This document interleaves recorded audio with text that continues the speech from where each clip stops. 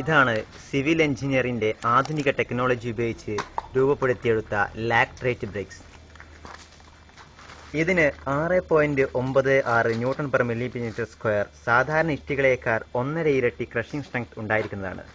ഇതിന്റെ average crushing strength 6.96 newton per millimetre square ആകുന്നു. ഉറുമ്പ്, ചിതിൽ എന്നിവകളിൽ നിന്നും ലാക്ട്രേറ്റ് ബ്രിക്സ് സംരക്ഷണം തരുന്നു. ലാക്ട്രേറ്റ് ബ്രിക്സ് കൊണ്ട് നിർമ്മാണം നടത്തുമ്പോൾ നിർമ്മാണ ചെലവ് 25% കുറയുകയും ചെയ്യുന്നു. ഇത് സാധാരണ പാറ പൊടിച്ച് മെഷീനിൽ കട്ട് ചെയ്ത് 40 ടൺ വരെ സ്ട്രെങ്ത് അപ്ലൈ ചെയ്ത് രൂപപ്പെടുത്തിയിരിക്കുന്ന ഒരു സിവിൽ എഞ്ചിനീയറിന്റെ നൂതന ഒരു ബ്രിക്സ് ആണ് ലാക്ട്രേറ്റ് ബ്രിക്സ്. ഇനി നമുക്ക് ഇതിന്റെ ടെക്സ്റ്റൈൽ സ്ട്രെങ്ത്തും മറ്റ് എല്ലാ സ്ട്രെങ്ത്തുകളും പരിശോധിക്കാനുള്ള അവസരമാണ്. ആദ്യമായി ഇതിന്റെ ടെക്സ്റ്റൈൽ സ്ട്രെങ്ത് പരിശോധിക്കുന്നതിനായി പരിശോധന തുടങ്ങുകയാണ്. സ്റ്റാർട്ട്. വാവ്, വെരി വണ്ടർഫുൾ.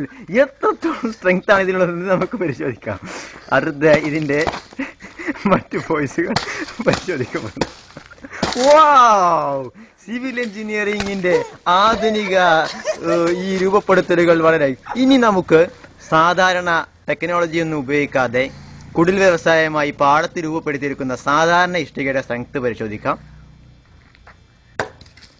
വാവ്, അത് പൊട്ടിയില്ല, അത് പൊട്ടുന്നില്ല. വാവ്, ഇതാണ് സിവിൽ എഞ്ചിനീയറിംഗിന്റെ നൂതന